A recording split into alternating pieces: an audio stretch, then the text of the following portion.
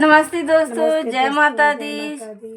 दोस्तों, आज हम आप सबको बहुत ही प्यारा देवी गीत सुनाने जा रहे हैं, जो कि बहुत ही अच्छा है, पारंपरिक गीत है। सुनिएगा, कमेंट में बताइएगा कैसा लगा। लाइक और सब्सक्राइब कर दीजिएगा। दोस्तों, आप लोग अगर लाइक और कमेंट में बताएंगे कहाँ से देख रहे हैं, तो हमें भी बहुत ही खुशी होगी, बहुत ज़्यादा।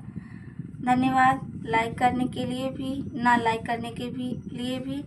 दोस्तों, आप सबसे निवेदन है, हमारा वीडियो ज़रूर देखें और शेयर भी कीजिए। बहुत ही अच्छा गीत है।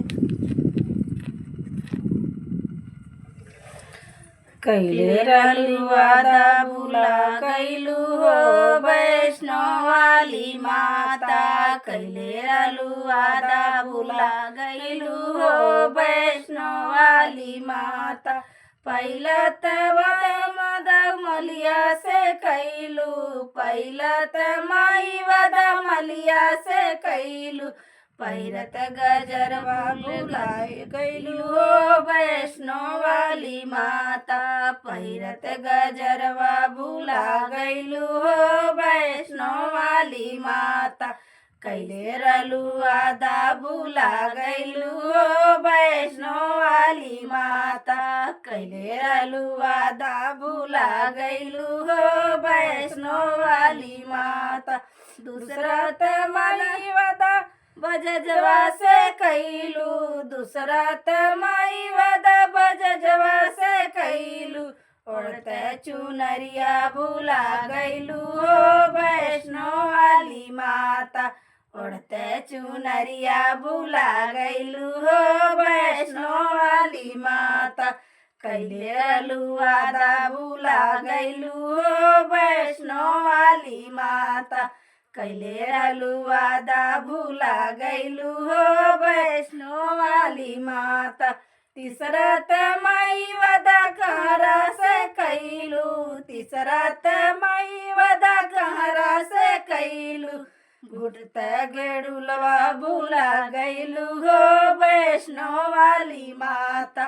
घुटत गेड़ुलवा भुला गईलू हो वैष्णो वाली माता। कैले रहलू वादा भुला गईलू हो वैष्णो वाली माता। कैले रहलू वादा भुला गईलू हो वैष्णो वाली माता। चौथा त माई वादा सोनरा से कैलू, चौथा त माई वादा सोनरा से कैलू। पहिनत पैजनिया भुला गईलू हो वैष्णो वाली माता। पहिरत पैजनिया भुला गईलू हो वैष्णो वाला माता। कैले रहलू वादा भुला गईलू हो वैष्णो वाली माता। कैले रहलू वादा भुला गईलू हो वैष्णो वाली माता। पचवा त माई वादा मलिनी से कैलू, पचवा त माई वादा मलिहरवा से कैलू। करते सिंगारवा भुला गईलू हो वैष्णो वाली माता। करते सिंगारवा भुला गईलू हो वैष्णो वाली माता। कैले रहलू वादा भुला गईलू हो वैष्णो वाली माता। कैले रहलू वादा भुला गईलू हो वैष्णो वाली माता। छठवा त माई वादा गिरधर पंडित से कैलू, छठवा त माई वादा गिरधर पंडित से कैलू। खैलू भोजनवा भुला गईलू हो वैष्णो वाली माता। खैलू भोजनवा भुला गईलू हो वैष्णो वाली माता। कैले रहलू वादा भुला गईलू हो वैष्णो वाली माता। कैले रहलू वादा भुला गईलू हो वैष्णो वाली माता।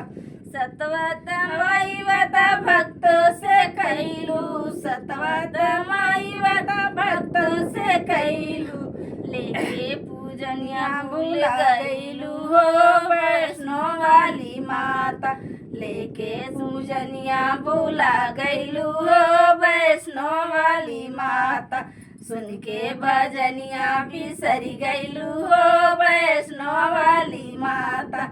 सुन के भजनिया बिसरी गईलू हो वैष्णो वाली माता कई के वादा भूला गईलू हो वैष्णो वाली माता कैले रहलू वादा भूला गईलू हो वैष्णो वाली माता।